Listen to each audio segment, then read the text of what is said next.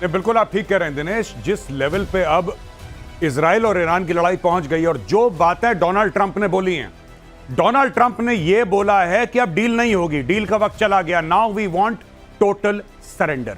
एक जमाना था कि जब दुनिया कहती थी ईरान से कि साहब बातचीत कर लेते हैं, मोल भाव कर लेते हैं, आप थोड़ा सा पीछे हटो, हम थोड़ा सा पीछे हटते हैं, चलो बीच का पाथ निकालते हैं। ईरान ने मना कर दिया। आज की तारीख में नेतन्याहू ने मन बना दिया है कि इसको गाजा बना देगा तेहरान को, और वो कर भी रहा है। जो आप कह रहे हैं कि 60 हवाई जहाज किसी देश की राजधानी के ऊपर कैसे उड़ सकते हैं, हाउ इज इट पॉसिबल? इसका मतलब आपका एयर डिफेंस का सिस्टम उसने पूरा का पूरा ध्वस्त कर दिया है, ये चकनाचूर कर दिया है। अब इन लोगों के पास और कोई चारा नहीं है, ऊपर से मौत बरसेगी, ये बात तय है। और जो सर बता रहे थे ना, वो पेनिट्रेटर, वो जीबीयू सर जो आपने बताया था 57 जीबीयू 57 के बारे में सर ने बताया था, उसमें यह सलाहियत है कि 200 फुट नीचे जमीन पे जाके फटता है। पहले वो ड्रिलिंग मशीन की तरह ड्रिल करता है, फिर वो जाएगा, फिर नीचे चाहे न्यूक्लियर हो चाहे खमेनेई हो, दोनों को ढूंढता है वो। दिनेश, एक और बात है, अगर आपको याद रखना है, गजब बॉम्ब है, अंदर जाकर फटता है जीबीयू।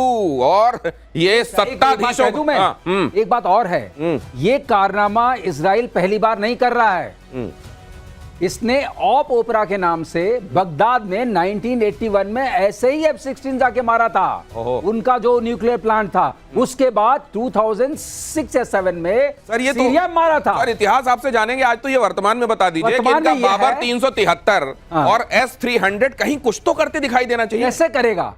कैसे करेगा? उन्होंने तो सारे मार दिए। आप सुन नहीं रहे हैं, 100 से ज्यादा लॉन्चर्स मार दिए। ये कह रहे हैं कि अक्टूबर में ही पिछले साल निपटा दिया था 2024 में। ये बात सही है कि अभी अभी इनको ढेर किया है ये ड्रोन से? कुछ तब ढेर किए थे, कुछ नीचे तो सेना है। नीचे अच्छा, जो उनकी जो मोसाद की यूनिट्स भी चल रही है साथ साथ। तो मतलब इनके आसमान में अभी ये चाहें तो ये परिंदे को भी नहीं मार सकते। मैंने आपको बताया उसका वर्चस्व ये है कि आप रिफ्यूलिंग कर रहे हैं। ये तो मतलब ये तो कंपनी बाग में टहलने जैसा हो गया कि आराम से गए और टहलते हुए आप चाय पी रहे हैं। ये वो वाली बात है। अगर एयर टू एयर मतलब एयर में अगर रिफ्यूलिंग हो रही है तो आप ये समझ लीजिए कि कितने निश्चिंत हैं वो फाइटर जेट से ऊपर रिफ्यूल कर रहे हैं।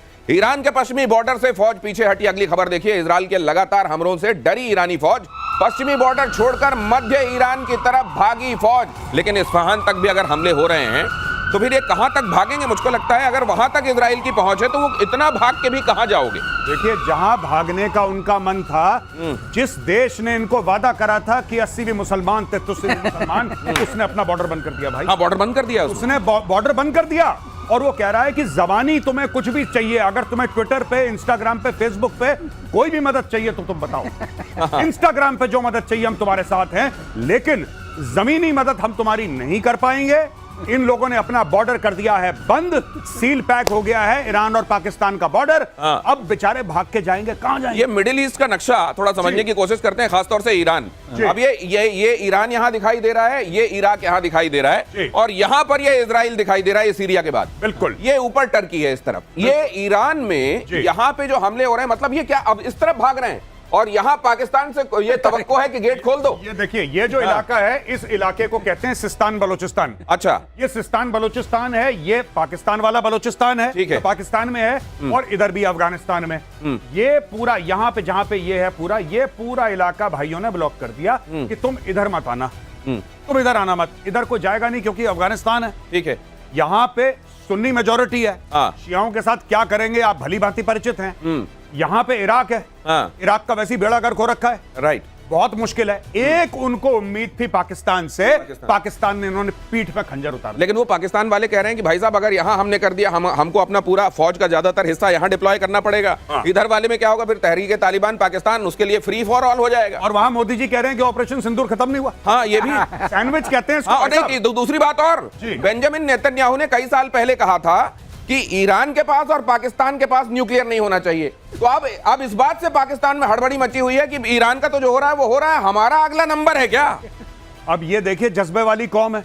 मैं इनके टेलीविजन प्रोग्राम देख रहा हूं पिछले 4-5 दिन से, और पाकिस्तान में इतना खौफ है, इतना खौफ है। कहता है एक बात करता है अखंड भारत की, एक बात करता है ग्रेटर इजराइल की, तो कहता फिर खान साहब आप बताइए क्या चल रहा है? कह रहा अरे भाई बीच में हमें ना निपटा दें ये दोनों मिलके, क्योंकि इनके बॉर्डर मिल जाएंगे। फिर ये बातें चल रही हैं। मारा जा रहा है ईरान को और थप्पड़ जो है ना वो उधर जाकर पाकिस्तान तक को लग रहा है। अब ये देखिए क्यों होता है। आपको मालूम है अगर एक कमरे में परीक्षार्थी बैठे हुए हैं और अचानक फ्लाइंग स्क्वाड आ जाए और नकल चेक करने लगे कौन कौन लेकर आए, वो जो कोने में बैठा होता है ना अंदर लेकर, वो भी खर्रा लेकर फड़फड़ा रहा होता है कि न जाने यहां ना आ जाए। यही हो रहा है पाकिस्तान के साथ। ईरान में बड़े पैमाने पर internet blackout, social media platform इस्तेमाल करने पर पाबंदी। ईरानी सरकार ने अपने नागरिकों को चेताया, व्हाट्सएप टेलीग्राम का इस्तेमाल ना करें, किसी भी लोकेशन बेस्ड ऐप का इस्तेमाल ना करें। इजरायली टारगेट किलिंग के बाद अलर्ट जारी, इजरायली ऐप्स के जरिए ट्रैक कर रहा है ईरान, कह रहा है। अब ये इनको हर जगह भूत नजर आ रहा है, हाँ। यहां भी भूत वहां भी भूत। अगर ये कर भी रहे हो तो इतने सारे कमांडर मारे जाने के बाद खामेनेई कह रहे हैं कि वो हो सकता है मॉस्को रवाना हो गए हो, कहीं किनारे से निकल लिए हैं। इस तरह की स्थिति में आपको व्हाट्सएप से डर लग रहा है। दिनेश आप ये कह रहे थे ना ट्विटर पे सपोर्ट करेंगे, व्हाट्सएप पे सपोर्ट करेंगे, वो भी बंद हो गया। सपोर्ट कैसे रिसीव करेंगे? पाकिस्तानी व्हाट्सएप भी नहीं भेज पाएंगे कि हम आपके साथ खड़े हैं, आप चिंता मत करिए, हाँ। आप बिल्कुल फिक्र ना करें, पाकिस्तान एटमी मुल्क पाकिस्तान आपके साथ हाँ। कह रहा व्हाट्सएप। व्हाट्सएप बेसिकली क्या है, मैं आपको बता दूं कि इन लोगों ने 2-3 गलतियां करी। सबसे पहले सीनियर कमांडर्स को एक लोकेशन छोड़िए, इनको एक गाड़ी में भी ट्रैवल नहीं करना चाहिए। ये भाई 5-5, 6-6 बिल्कुल जैसे अंगूर का गुच्छा होता है, अंगूर के गुच्छे की तरह ये लोग लटक रहे थे एक कमरे में। अब अंगूर का गुच्छा आप दिनेश भाई देखोगे आपके मुंह में पानी आएगा। बिल्कुल। इजराइल के मुंह में पानी आ गया। इजराइल ने वहीं पे बम मारा जहां पे अंगूर का गुच्छा था। एक साथ 5-5, 6-6 निपटे इनके। तो ये चीज हो गई। अब इनको डर लग रहा है कि व्हाट्सएप टेलीग्राम, अरे भाई चिड़िया चुग गई खेत, तुम्हारा जो खेल होना था वो खेल हो चुका है। अब व्हाट्सएप, अब एक बात बताइए, कोई बेचारा सब्जी बेचने वाला तेहरान में वो व्हाट्सएप चलाएगा, इजराइल उसकी लोकेशन जान के क्या करेगा? ये तो आपके जो सरकार वाले, और ये खुद ट्वीट कर रहा है, हमें नहीं। मैंने अपनी ट्वीट में मैंने उसको बोला था कि सर ऐसा है कि आप कोई भी इलेक्ट्रॉनिक डिवाइस ऐसी अपने साथ लेकर मत चलना, और अगर किसी ने आपको कोई मोबाइल फोन गिफ्ट करा है ना कुछ दिन पहले, तो आप सबसे पहले उसको ठिकाने लगाओ, क्योंकि यहूदी ढूंढ रहे हैं आपको। ये Jews are looking for you। घड़ी घड़ी मोरा दिल धड़के, हाय धड़के क्यों धड़के, घड़ी गिफ्ट की गई थी मुनीर की तरफ से। कहीं घड़ी फोन ये सब गिफ्ट में लेकर आप इसलिए तो शिकार नहीं बन रहे हैं। ट्रंप का दावा, खामेनेई कहां, अमेरिका को पता है फिलहाल खामेनेई को नहीं मारेंगे, we know but for the time being will not kill, ये कहा है ट्रंप ने। ईरान बगैर शर्त सरेंडर करे, हमारा धैर्य चुक गया तो फिर और ज्यादा खतरा हो जाएगा। अच्छा, ये ट्रंप जो है, पर एक बात तो मुझको लगता है इजराइल ने इनको बयान देने के लिए रखा है क्या? नहीं, एक तो बयान देने का, ट्रंप ने बोला हम तुम्हें नहीं मारेंगे, फिलहाल के लिए नहीं मारेंगे। फिर कल पता लगेगा कि हो गया, फिर वही बात करेगा जो हम कल कह रहे थे कि मैं मजाक कर रहा था। हाँ, मजाक।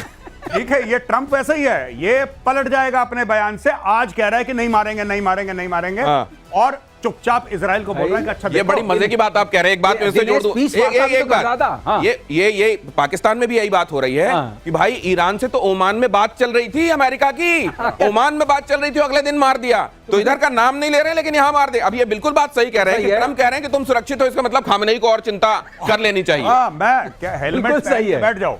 तो यही डरने की पूरी बात है, वो कह रहा है कि पूरी बात है, क्योंकि ये जो ट्रंप है ये बोलता कुछ है, कहता कुछ है, सोचता कुछ है, और तीनों चीजों में कोई रिलेशन नहीं है इसके। इसकी जबान, इसका दिमाग, इसका दिल, इन तीनों का तार नहीं है, बीच में कटे हुए हैं तार इसके।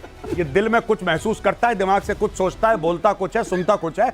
इसने बोल दिया, ये कह रहा है कि भाई साहब आप चिंता मत करो, इसके पसीने निकल गए होंगे, खामेनेई के अभी ये भाई के पसीने निकल गए होंगे कि अब तो ट्रंप ने बोल दिया चिंता मत करो, अब चिंता का विषय है भाई, अब चिंता का विषय है। अगली खबर देखिए, ईरान के सुप्रीम लीडर खामेनेई की अमेरिका को धमकी।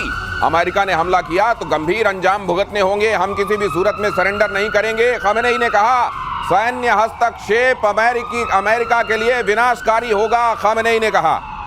अगली खबर भी देख लीजिए, ईरान के सुप्रीम लीडर को लेकर बड़ा दावा, खामेनेई ईरान छोड़कर मॉस्को निकल लिए।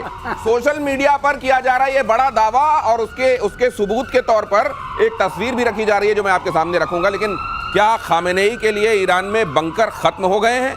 ये तस्वीर रखी गई है, देखिए। ये पीके श्रीवास्तव सर, आप इसको समझाइए जरा। UAE 129, ये कहा जा रहा है कि भाई साहब ये ईरान में, बाकी देखिए पूरा एयर स्पेस कहीं कुछ नहीं दिख रहा है, ये निकल प्लेन जा रहा है, ये निकल लिया मॉस्को की तरफ से, ये निकल लिया। हाँ, तो ये निकल लिया इसलिए क्योंकि वो खामेनेई चले गए, उन्होंने समझ लिया कि ये जो ट्रंप है ये विश्वसनीय नहीं है, कह रहा कि आप सुरक्षित। ऐसे ही ट्रंप ने कहा कि हमको लोकेशन पता है लेकिन हम कुछ नहीं करेंगे, वैसे उन्होंने लोकेशन बदल दी। दिनेश ये पूछिए गया क्यों मॉस्को? क्योंकि अभी पुतिन ने इनको हैप्पी बर्थडे कहा है ट्रंप को। अच्छा, तो उसका ख्याल रखते हुए उसने कहा मॉस्को ही सुरक्षित जगह है।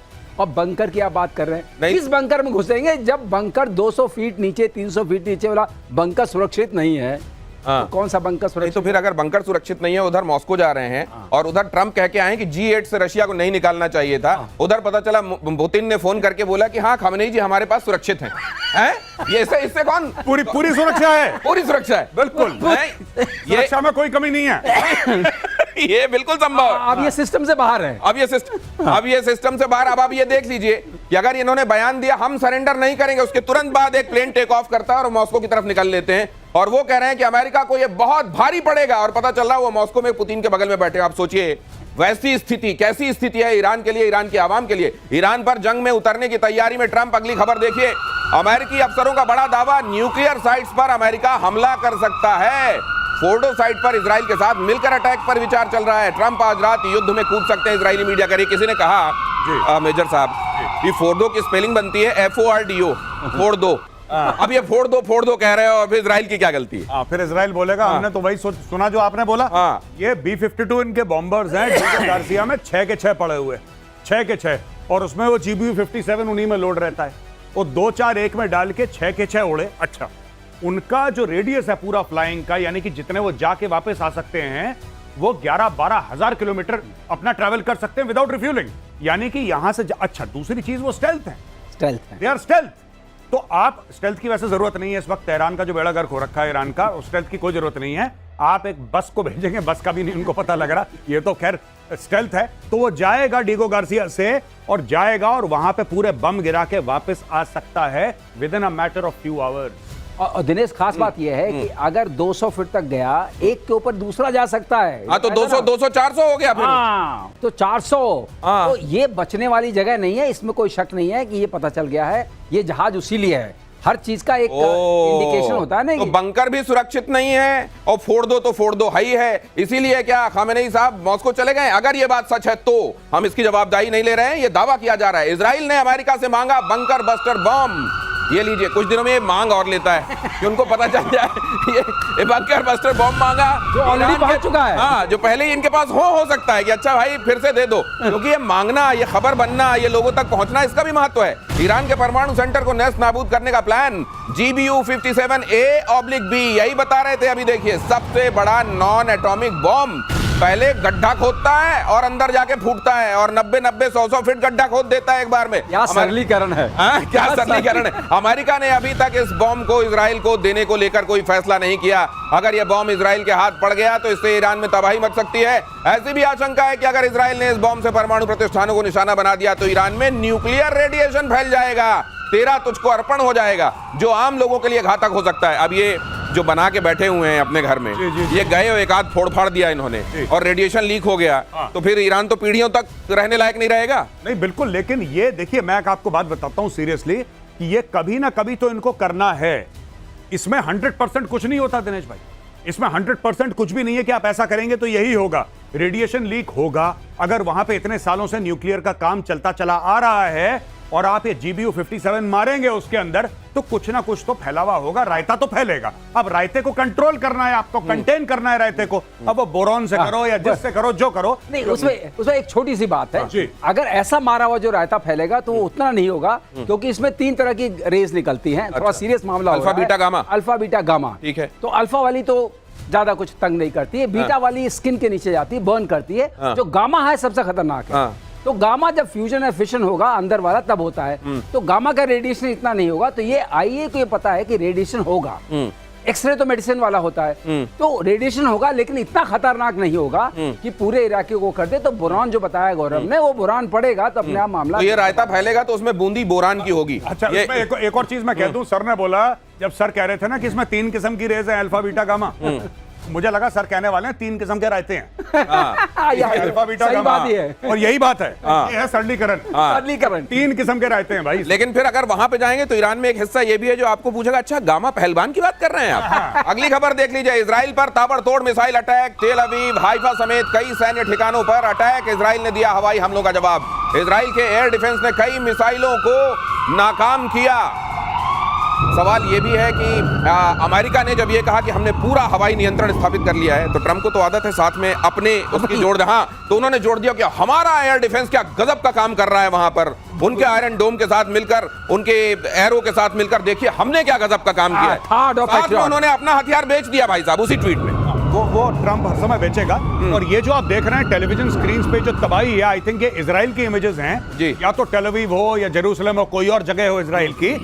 ये इजराइल ने फैसला करा है कि हमें एक बार नुकसान होगा और ये वो समय है जब वो हमें नुकसान होगा और भारी नुकसान होगा, और एक बार अपने इतिहास में पूरा कि ये हमें नुकसान दर्ज करवाना है। क्योंकि इसके बाद देखिए, आपने हमास खत्म कर दिया, आपने हिजबुल्लाह खत्म कर दिया, मैं इजराइल की बात कर रहा हूं। आप जिस दिन ईरान के इस शैतानी रजीम को, खमेनेई की शैतानी रजीम को आप खत्म कर देंगे, उसके बाद आपके लिए कोई भी खतरा नहीं है। Then you can live in peace, क्योंकि इजिप्ट के साथ इनका पीस है, जॉर्डन के साथ इनका पीस है, इनका सबके साथ पीस है। प्रॉब्लम सिर्फ इनके लिए ईरान है। अब ये पड़े, अच्छा ये फायर करेंगे, वहां पे बिल्डिंगें टूटेंगी, लोग मरेंगे, और ये सब इजराइल ने एक्सेप्ट कर लिया। ये एक्सेप्टेड इट। ये इतना एट्रिशन होगा, ये नुकसान हमको होगा, ये कॉस्ट बेनिफिट एनालिसिस पहले कर लिया गया है। उसके बाद ये देखिए, दोनों तरफ आप देखिए, इजराइल ईरान वॉर में जो चल रहा है, दोनों तरफ तस्वीरें मैं आपको दिखा रहा हूं। इजराइल में निश्चित रूप से नुकसान वहां की, और सुनिए और देखिए ना तस्वीरों को।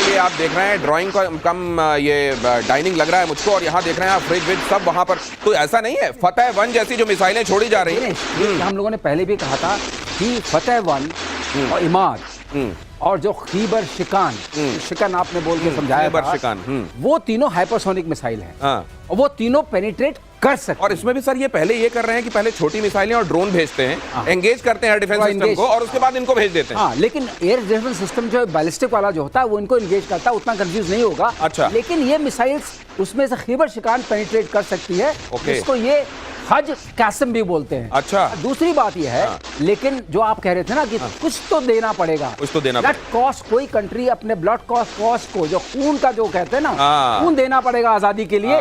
वो हमारे, उन्होंने भी नारा लगाया था, तुम मुझे खून दो मैं तुम्हें आजादी दूंगा। बिल्कुल, बिल्कुल। वही वाली बात है ये वही वाली बात है। और वो कहते हैं, हमारे मध्य प्रदेश में कहते हैं, और आप जानते होंगे इसको, कि घड़ी भर की वेदना सब दिन का आराम। तो कुछ दिनों तक ये सहा जा रहा है, लेकिन इजराइल जानता है कि आगे अगर वो ये कर ले गया तो फिर क्या इंतजार कर रहा है। ईरान ने हाइपरसोनिक फतेह मिसाइलों से किया हमला, ज्यादातर फतेह को भेदने में नाकाम आयरन डोम। तो ईरान ने इजराइल पर फतेह हाइपरसोनिक मिसाइलों से हमला कर इजरायली एयर डिफेंस को भेजने का दावा किया है। इस्लामिक रेवोल्यूशनरी गार्ड्स कॉर्प्स ने इस ऑपरेशन को टर्निंग पॉइंट बताया है। ये तो खैर चल रहा है, लेकिन मैं एक बात और जानना चाह रहा था मेजर गौरव आरिफ। ईरान के डिप्लोमेट्स कह रहे हैं कि हमको तवक्को थी कि भारत ईरान पर हो रहे हमलों की निंदा करेगा। नहीं, अगर चलिए मैं कह रहा हूं कि हमने निंदा कर दी, हम स्टूडियो में बैठ के आज हम तीनों मिलकर निंदा कर, ठीक है, हमने निंदा कर दी, बहुत बुरा हुआ, तुम्हारे साथ नहीं होना चाहिए था। इजराइल बहुत अच्छे से होगा क्या? इससे जो GBU 57 है वो क्या हमने निंदा करी? ये इज निंदा ऑल्सो एयर डिफेंस है कि हमने यहां से निंदा करी, निंदा वाली हमारी मिसाइल गई, निंदा हमने कड़ी निंदा कर दी, ऐसी निंदा वाली हमारी मिसाइल गई और उसने GBU 57 को हवा में उड़ा दिया। क्या बच्चों वाली बात कर रहे हैं? इसमें निंदा विंदा से कुछ नहीं होने वाला भैया। ये जो तुम्हारे साथ हो रहा है ये तुम्हारे पाप हैं। तुमने हमास पैदा करा, तुमने हिजबुल्लाह को दूध पिलाया सांप को, और तुमने बोला कि जाओ इजरायलियों को काटो।